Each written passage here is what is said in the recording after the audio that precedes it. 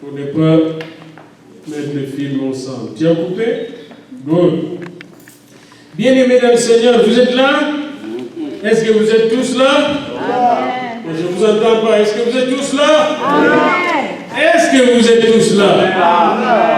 Vous voulez vous faire plaisir au Seigneur en vous levant et en lisant ensemble juste 3 versets qui se trouvent dans 1 Samuel 10, 9 à 11. Levez-vous s'il vous plaît. 1 Samuel 10, 9 à 11. J'aurais voulu vraiment qu'on le lise ensemble, mais je le lis pour nous tous. Écoutez ça bien, 1 Samuel 10, 9 à 11.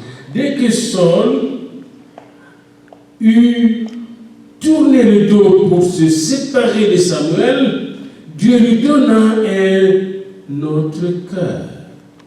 Et tous les signes s'accomplirent le même jour. Lorsqu'ils arrivèrent à Gibéa, voici une troupe de prophètes vint à sa rencontre. L'Esprit de Dieu les saisit, dites ensemble, l'Esprit de Dieu les saisit, et il prophétisa au milieu d'eux. Tous ceux qu'il avait connus auparavant virent qu'il prophétisait avec le prophète, et l'on disait l'un à l'autre dans le peuple: qu'est-il arrivé au fils de Kis? Saul est-il parmi les prophètes? Quelqu'un de Gibéa répondit: et qui est le père? Dès là, le proverbe: Saul est-il aussi parmi les prophètes? Seigneur, viens nous surprendre encore aujourd'hui, comme tu as surpris Saul lorsqu'il était à la recherche des annexes de son père. Et c'est au nom de Jésus que nous nous ouvrons pour être surpris par ta grâce et par ta gloire. Amen. Amen. Amen. Amen. Dites à votre ami à côté, vous serez surpris aujourd'hui. Vous serez surpris. Dites à votre ami, vous serez surpris. Le Seigneur va vous surprendre. Dites à votre ami, aujourd'hui vous serez surpris. Amen. Bien-aimés dans le Seigneur, il y a une surprise du Seigneur qui nous attend. Chaque fois qu'on s'approche de lui, il y a toujours une surprise qui nous attend. Et j'aimerais vous encourager, et j'essaie maintenant de parcourir la Bible avec vous, mais d'une autre manière, parce que chaque fois je change les livres de méditation les dimanches pour que vous puissiez lire ces livres. Si vous êtes en retard, cette semaine, lisez les livres de 1 Samuel. Dites à votre ami à côté, lisez les livres de 1 Samuel. Juste 1 Samuel. C'est pas grand Samuel, votre livre n'est pas très grand, il n'y a pas de problème. 1 Samuel, juste quelques 31 chapitres. Amen. Et aujourd'hui, nous allons nous arrêter surtout au chapitre 9 et 10. Dans l'école du dimanche, nous avons essayé de fleurir un peu le tout début de Samuel. C'est un livre qui commence par la prière. Un livre qui commence par la prière. Mais malheureusement, qui se termine par une tragédie de quelqu'un qui a oublié de prier Dieu et qui est allé dans l'occultisme. Puis il y en a beaucoup de gens. Vous ne savez pas combien de gens vous attendent, qu'elle soit l'école et parcours pour vous ramener dans l'occultisme, dans l'ésotérisme, dans la cartomancie, dans la chiromancie, la lecture de main et tout ça, la lecture de cartes. Ces gens-là, ils ont la porte ouverte même jusqu'au gouvernement. Les gens de yoga y entrent pour donner des coups de yoga. Les gens de Dalai Lama, ils entrent. Mais n'essayez pas de dire le nom de Jésus là, vous n'aurez pas de place. Donc nous devons nous armer. Dites à votre ami, nous devons nous armer. Nous avons besoin d'être armés, blindés au nom de Jésus. Amen.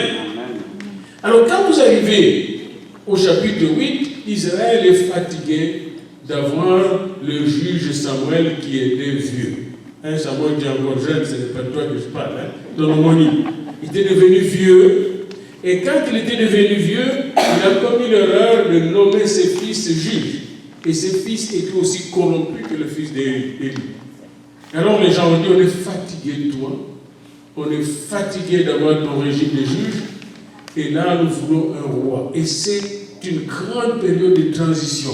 Israël va passer de l'époque de juge à l'époque de roi. Et Samuel va être le responsable de cette transition. Vous voyez, dans la vie, nous passons des transitions. Savez-vous ça? Il y a la transition de l'étape de bébé à l'étape de l'enfance. Puis de l'enfance à l'adolescence. Puis de l'adolescence à l'âge adulte. Puis adulte, transition vers la vieillesse. Hein, maman, qu'est-ce que vous voulez me dire? Vous voulez m'aider, vous? Je voulais dire adulte. Adulte. Ah, il n'est pas vieillesse. Heureusement. Merci. Et cette transition, j'ai vu quelqu'un qui était devenu malade et qui ne s'était pas préparé, comme toujours, il ne s'était pas préparé à la maladie. Et il n'y avait pas de transition. Parce que dès qu'on lui avait annoncé le diagnostic, pouf, il venait de voyage, pouf, il est devenu très malade et il allait vers la mort. Et un homme costaud que je connais, qui était avec nous au mariage d'Anne-Marie ici. Et c'était terrible de voir ce frère-là. Et heureusement qu'il était dans le Seigneur. Parce que quand les choses viennent nous surprendre sans transition, c'est vraiment difficile. Nous avons tous besoin de transition. Beaucoup d'immigrants, quand nous venons ici, il n'y a pas de transition entre ce que nous faisons là et ce que nous allons faire ici. C'est vraiment, il faut une période de réadaptation, de réintégration. Vous voyez, heureusement, le Canada prévoit beaucoup de ces structures-là pour nous permettre de nous intégrer. Et bien aimé dans le Seigneur, Samuel avait des difficultés d'aider ces Israélites à faire la transition. Ce n'était pas facile. Dites à votre ami, la transition n'est pas facile. Mais avec Dieu, on peut passer au travers. Et c'est pendant cette période qu'on lui avait réclamé le roi que nous nous retrouvons ici au chapitre 9. Tous les livres de Samuel, le 2 Samuel 1 et 2 Samuel, c'est au moins 100 ans de vie qui se trouvent là, 100 ans d'expérience dans ces livres-là. Depuis les temps où Samuel avait existé, le sacerdoce, Samuel a eu 3 pouvoirs. Samuel. 3 pouvoirs, vous savez ça? Dieu lui a donné 3 pouvoirs. Et il lui a donné ça dans la Genèse. Je ne sais pas s'il avait déjà 20 ans. Je pense qu'il avait une quinzaine d'années, sinon 14 ans, quand il était obligé de prendre le sacerdoce. Il est devenu le grand prêtre. Il ne pouvait pas faire autrement parce que tous les grands prêtres prétendants étaient tous morts.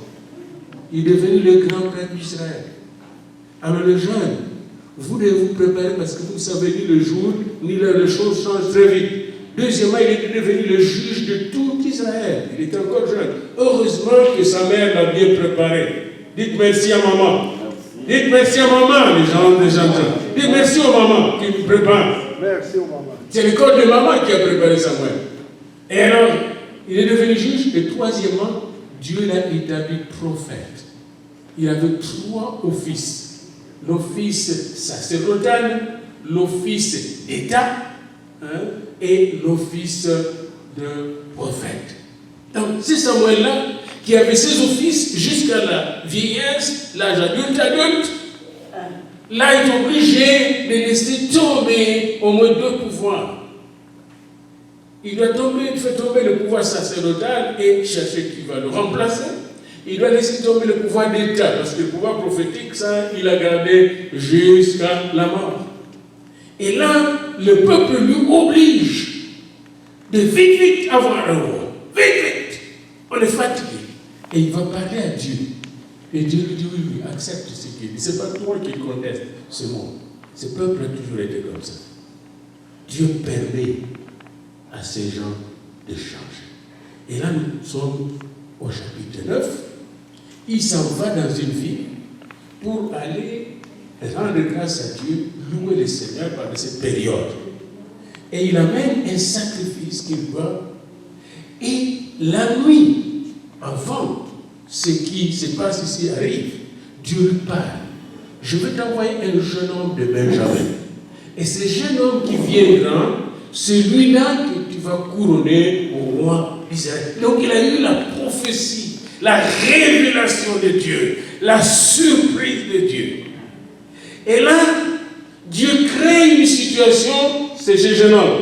Dites à votre ami, Dieu va créer une situation qui fera que tu puisses être surpris. Dieu crée une situation. Et cette situation, c'est que son père avait permis ses ânesse. Et ces ânesse étant permis, le père Kis, qui était un grand éleveur, un homme qu'on dit bien ici, Kis était un homme fort et vaillant. Donc ici, vous dit riche, puissant. A dit à son enfant qui devait hériter de tous ses biens, son fils aîné, un géant, un beau Saul, va chercher les ânesses avec un de nos serviteurs. Et il a parcouru partout, il a cherché, il n'a pas trouvé son serviteur. Dites à votre ami, son serviteur. Son serviteur. Ce n'était pas le patron. Son serviteur a dit, au lieu de retourner, allons voir l'homme de Dieu. Dites à votre ami, allons voir l'homme de Dieu. Allons voir l'homme de Dieu. Il y a un homme de Dieu ici. Et tout ce qu'il dit réussit, tout ce qu'il dit s'accomplit. Allons voir. Il va prier pour nous. Mais Saul lui avait dit, on va retourner parce qu'on n'a pas trouvé, parce que papa va s'inquiéter. Il commence à s'inquiéter de nous peut-être. Les serviteurs disent, allons voir l'homme de Dieu. Mais là, il y avait un problème. Dites à votre ami, il y avait un problème. Quel était le problème? Saul a dit, écoutez là, nous allons voir, mais nous n'avons rien à lui amener. Je n'ai pas d'argent pour lui amener. Je n'ai rien à lui amener. Alors si nous y allons, que porterons-nous à l'homme de Dieu? Verset 7, chapitre 9. Car il n'y a plus de provision. Nous avons tout fini. C'est pourquoi il disait on retourne, parce qu'il n'y a plus rien. Même pas de nourriture. Qu'est-ce qu'on peut lui amener? Parce qu'en ces moments-là, on n'allait jamais voir l'homme de Dieu sans lui apporter quelque chose. Vous comprenez maintenant pourquoi il y a des dîmes, il y a des offrandes que nous apportons au Seigneur? C'est la même pratique, ça n'a pas daté du Nouveau Testament. Alors quand le serviteur a entendu cela, il dit non, j'ai sur moi les quarts d'un cycle d'argent. Juste un petit rien. Ce qu'on apporte au Seigneur, le Seigneur ne demande pas de lui apporter toutes nos richesses. Il nous demande de lui apporter ce qui se trouve dans notre cœur. Amen. Juste un petit rien. Et ce n'est pas seulement les riches, l'enfant des riches qui a quelque chose. C'est un serviteur qui a quelque chose, un petit rien. Et quand Saul a entendu cela, il dit ok, on va partir. Et en ce temps-là, quand on allait voir un homme de Dieu, on va voir le voyant, parce que l'homme de Dieu, il voyait. Dieu lui parlait. Dites à votre ami, l'homme de Dieu voit. L'homme de Dieu voit. Sinon, ce n'est pas un homme de Dieu. Il doit voir. C'est important ça. Sinon, on va parler de pensée humaine. On va spéculer. Dieu n'est pas spéculation, il est réalité. Comme disait encore John Gillette, il est tangible, Dieu. Dieu est tangible. C'est pourquoi nous devons passer du temps dans la prière. Hier, on était dans la prière au Facebook, nombreux des gens du Congo, de France, des États-Unis. On était en prière. Puis on avait cessé de prier en ce moment, on a cessé de prier. C'était la fin. Dieu nous a dit de relancer encore. Et puis quand je relançais, tout le monde était encore là. On a relancé en chantant jusqu'à ce que Dieu nous parle. Jusqu'à ce que le Seigneur nous parle. Il ne faut pas arrêter de prier. Dites à votre ami, n'arrêtez pas de prier. N'arrêtons pas de prier. Prions sans cesse. Soyez toujours joyeux. Si vous priez sans cesse, vous aurez vraiment la grâce d'être toujours joyeux. Et si vous êtes toujours joyeux, la joie sera un grand remède pour vous. Amen. En priant, on est connecté avec celui qui donne la joie. Et alors, ils sont arrivés à la ville où était, au milieu de la ville où était l'homme de Dieu. Et là, ils ont rencontré des filles. Et ces filles qui sortaient pour aller puiser de l'eau. Et ils ont demandé aux filles, est-ce que l'homme de Dieu est ici? Les jeunes filles qui sortaient pour puiser l'eau, verset 11, leur dit, le voyant est ici. Il est devant toi. Et là, ils se sont rapprochés du voyant. Et quand ils ont demandé au voyant, n'est-ce pas, où est le voyant? Et le voyant leur a dit, je suis le voyant. Je suis le voyant. Les voici. Il les attendait. Saul s'approcha de Samuel au milieu de la porte et dit, indique-moi, je te prie, où est la maison du voyant? Samuel répondit à Saul, verset 18, c'est moi qui suis le voyant. C'est moi qui vois les choses de Dieu. Je suis à ta disposition. Pas question de trop chercher. Parce que Dieu a dit, vous me chercherez et vous me trouverez si vous me cherchez de tout votre cœur. Amen. Amen. Vous cherchez Dieu, il est là.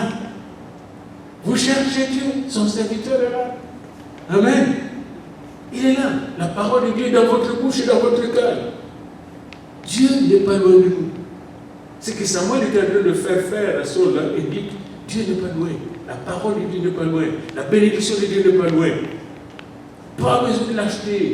C'est déjà là à notre disposition. Alléluia. Oh, moi j'aime ça, ce texte-là. Et quand Samuel l'a vu, Samuel savait déjà tout ce que Dieu lui avait dit. Et il lui a dit, écoute là, ne t'inquiète même pas de tes ânesses là, que tu as perdues il y a 3 jours, car elles sont déjà retrouvées. L'homme de Dieu a lu, il voit, ne t'inquiète même pas de tes ânesses. Vous connaissez le verset qu'on vient de lire tantôt, ne vous inquiétez de... Ne vous inquiétez de... Regardez votre ami, ne vous inquiétez de... Maman José, ne vous inquiétez de... Les ânesses, c'est exactement le même verset que avant que Paul écrivit ce verset, il lui répète exactement la même chose. Je lui dis la même chose. Ne vous inquiétez pas pour les ânesses. Est-ce que vous vous inquiétez pour quelque chose? Ne vous inquiétez même pas. C'est déjà là, c'est déjà trouvé. Et alors il ajoute quelque chose, ça c'est la surprise. La surprise arrive, dites à votre ami, la surprise arrive. La surprise arrive. Il est à qui est réservé tout ce qui est dans Israël. C'est ce qu'il dit, verset 19.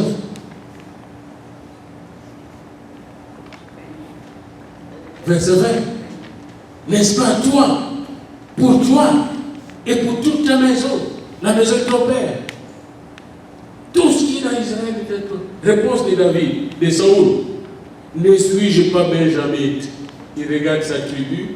Vous connaissez les benjamites, on les a massacrés dans l'ancien temps à cause de bêtises qu'il a fait dans vous avez lu le juge, donc vous étiez une minorité.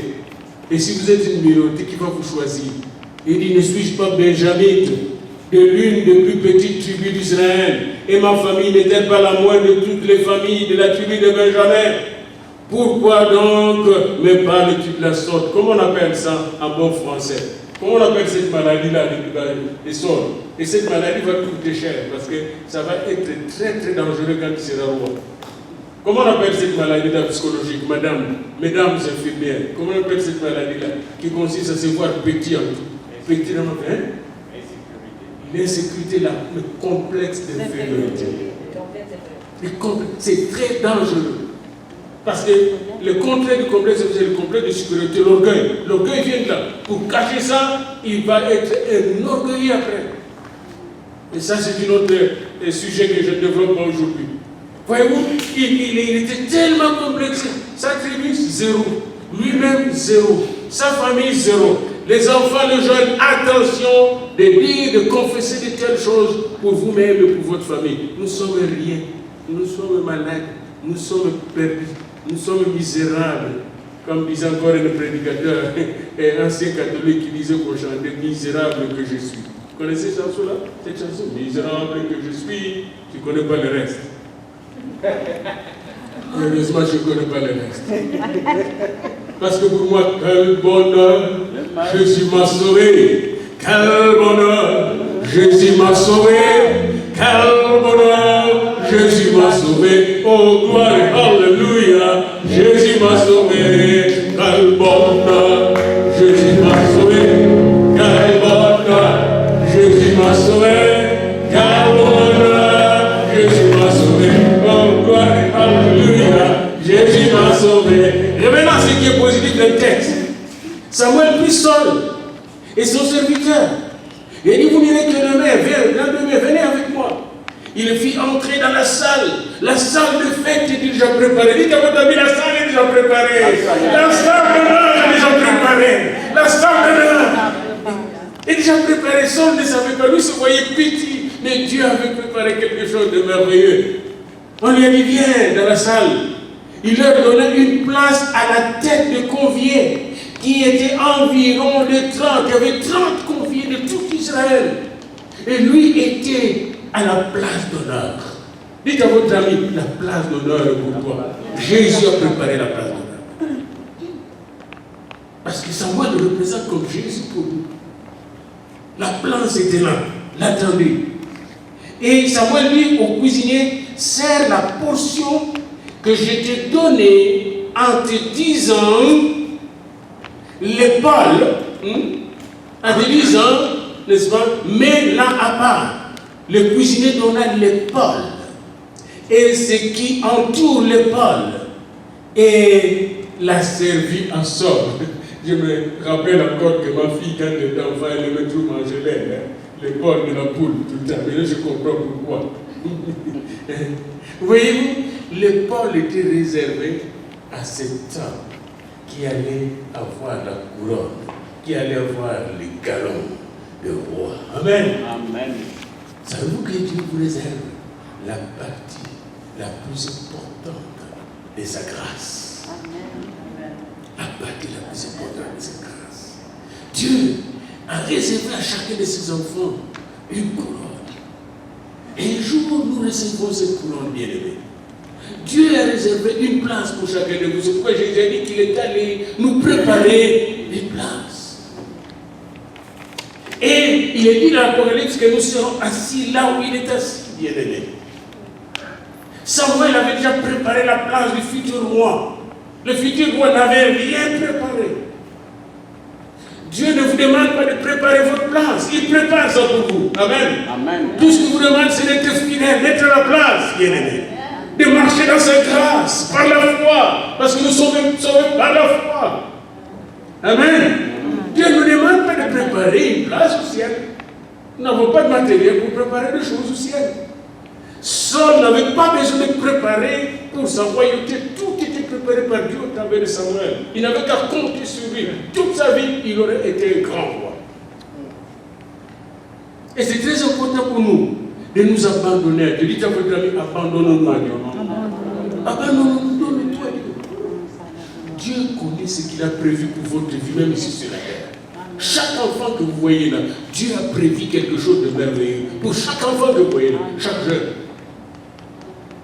Nous devons les encourager à compter sur lui, à se confier à lui. Je parle avec quelqu'un, je dis, ton enfant, il a des intelligences pour devenir ingénieur. Mais en même temps, il aime la Bible. Imaginez-vous si tu pouvais aider ton enfant, au lieu de toutes les salles de distraction inutiles, de télévision et tout ça que là, en plus de ses études d'ingénieur, chaque semaine, un bon cours biblique, par correspondance. Au bout de 10 ans, ça sera à la fois un ingénieur et un docteur en théologie biblique. Imaginez-vous cet enfant à 25 ans, quel genre de pasteur il sert. Et la personne va dire, j'ai jamais pensé à ça, mais il aime beaucoup la Bible. Souvent, on est en retard par rapport à Dieu. Le petit Samuel, quand est-ce qu'on a mis?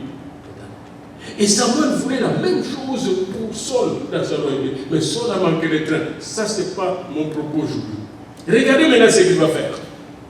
Après les dîners qu'ils ont eus, ils ont descendu du haut lieu et il a monté sur le toit avec Saul. Dites à votre ami, Dieu veut vous faire monter haut, haut, haut, haut, haut, haut, haut, haut. Il a monté sur le toit. Et là, il lui a dit les choses, il lui a parlé des affaires. Les affaires de Dieu. Il lui a dit, Samuel, il a dit, viens, je te laisserai partir. Saul se leva et ils sortirent tous deux, lui et Samuel. Et quand ils furent descendus à l'extrémité de la ville, Samuel lui dit à Saul, dis à ton serviteur de passer devant. Pourquoi il veut passer devant son serviteur? Dis à ton serviteur de passer devant nous. Pourquoi? Pourquoi il fait passer le serviteur devant? Les secrets. Les secrets. Dites à votre ami, Dieu a des secrets pour toi, seulement pour toi. Dieu a des secrets pour toi. Est-ce qu'on peut dire? Dieu a des secrets pour toi. Papa José, Dieu a des secrets pour toi. toi. Tania, Dieu a des secrets pour toi. Je peux connaître la liste. Maman Mérousse, Dieu a des secrets pour toi. Maman Jeanne, je t'ai regardé là et je dis, ah, maman était là à côté, mais il y a des secrets. Puis je voyais ta fille, je dis, elle va venir. Dieu a des secrets pour toi. Dieu a des secrets pour moi. Dieu a des secrets pour nous. Alléluia. Amen. Il y a des secrets pour nous. Mais ces secrets-là, il va le dire à toi-même. Et là, il lui a dit les secrets. Arrête-toi maintenant, replie Samuel. Et je te ferai entendre la parole de Dieu. Arrête-toi et je vais te faire entendre la parole de qui? De Dieu. La parole de Samuel? Non. La parole de Dieu. Tout passera, mais la parole de Dieu ne passera jamais. Dieu veille sur sa parole pour l'accomplir. Quand vous recevez une parole de Dieu, vous êtes béni. Vous êtes béni. Dites à votre ami, je vais recevoir la parole de Dieu. Aujourd'hui, maintenant, je vais recevoir la parole de Dieu. Je vais recevoir la parole de Dieu. J'ai soif de la parole de Dieu. J'aime la parole de Dieu. La parole de Dieu. Bien-aimé. Chapitre 10. Samuel prit une fiole d'huile. Voici la parole de Dieu. Et il répandit sur la tête de Saul. Et il le pesa et dit, l'Éternel n'est-il pas loin pour que tu sois le chef de son héritage? L'Éternel t'a loin. Et après il lui a dit, après m'avoir quitté, tu trouverais 2 hommes près du sépulcre de Rachel. Rachel, la mère d'Israël, sur la frontière de Benjamin à Tcherchat. Et ils te diront, les ânesses que tu es allé chercher sont retrouvées. Et voici ton père ne pense plus aux ânesses, mais il est en peine pour toi. De là, tu iras plus loin. Et tu arriveras au chêne de Tabor, où tu seras rencontré par 3 hommes montant vers Dieu à Bethel et portant l'un 3 chevreaux, l'autre 3 gâteaux et l'autre une outre de vin. Je ne veux pas traîner là-dessus, mais vous voyez 3, 3, 3, 1, c'est ce que ça veut dire. Et on passe au verset 5. Et après cela, tu arriveras à Gibea Elohim, où se trouve une garnison de Philistins. Et en entrant dans la ville, tu rencontreras une troupe de prophètes. Tu vas rencontrer une troupe de prophètes. Et cette troupe de prophètes sera en train de descendre du haut du lieu, précédé de luttes, de tambourins, de flûtes, de la harpe, autrement dit dans la louange. Hein? Il n'y a pas de... Ils vont descendre là-bas en louant. En louant. Hein? Tu es élevé, tu es en piano, tu dis louez, louez le Seigneur, alléluia, louez, louez le Seigneur, alléluia, louez, louez le Seigneur, alléluia, louez, louez le Seigneur avec la lutte, louez, louez le Seigneur avec les chalumeaux, louez, louez le Seigneur avec les tambourins, louez, louez le Seigneur, alléluia, louez, louez le Seigneur. Saul et les gens louaient, ils prophétisaient, ils louaient, et Saul s'est mis à louer le Seigneur. Il dansait avec les autres, lui aussi. Tous les signes sont arrivés. Mais ce qui est important, dès qu'il est arrivé avec eux, le prophète, auprès du prophète, le prophète Samuel leur a dit, Dieu, l'Esprit de Dieu te saisira et tu prophétiseras avec eux. Et regardez, tu seras changé en un autre homme. Bien aimé, j'aimerais vous dire ceci. Il n'y a qu'un seul qui peut changer un homme. Beaucoup de témoignages que j'ai reçus, même des femmes, qui voulaient changer leur mari, ils n'ont pas pu. Mais dès qu'ils ont abandonné cet homme à Dieu, Dieu l'a changé. Il n'y a qu'un seul qui peut changer un homme ou une femme. C'est Dieu lui-même. C'est Dieu lui-même, l'Esprit de Dieu. Et alors, sors de Tarse et tu changé par l'Esprit de Dieu sur le chemin de Mousse, comme le roi Saul. La même chose, les deux sont de Benjamin. Le même Dieu, il va changer les gens que vous trouvez durs, Mais un jour, il va briser leur cœur. Si c'est dans sa volonté, dans son plan, il va briser leur cœur pour leur donner un cœur nouveau et un esprit nouveau. Deuxièmement, à moins d'avoir un cœur nouveau, on ne peut pas servir Dieu. On ne peut pas voir la joie du Seigneur, à moins d'avoir un cœur nouveau. Et regardez ce qui va arriver. Quand Saul a vu tous ces signes, il a vu, n'est-ce pas, rencontrer les prophètes, l'Esprit de Dieu les saisit. L'Esprit de Dieu les saisit. Hein, je suis au verset 10.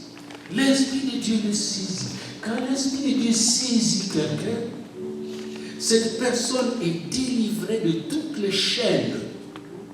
Les chaînes du monde, les chaînes de Satan. L'orgueil tombe. Les doutes tombent. Les découragements tombent. La dépression tombe. La tristesse tombe. Les complexes d'infériorité disparaissent. Les complexes de supériorité aussi disparaissent. Saul était saisi par l'Esprit. L'Esprit devait le saisir pour faire de lui un roi. L'Esprit doit nous saisir pour faire de nous serviteurs ou servantes de l'Éternel. L'Esprit de Dieu le saisit. Parce que l'onction de Dieu nous donne l'Esprit de Dieu. Et quand l'Esprit de Dieu le saisit, il s'est mis à prophétiser. C'est-à-dire à parler de choses de Dieu. À dire les oracles de Dieu. L'Esprit de Dieu le saisit. Il avait un cœur nouveau et un esprit nouveau. Et cet Esprit de Dieu, c'est celui-là qu'il avait besoin pour devenir roi, un bon roi. Et aujourd'hui, notre partage se limite sur une seule chose. Veux-tu marcher de gloire en gloire avec le Seigneur? Laisse la puissance du Saint-Esprit agir en toi. Non seulement qu'il faut le recevoir, mais laisse-lui le temps d'agir en toi. Devenez flexible et sensible. Je vous donne un exemple simple. C'était le vendredi passé.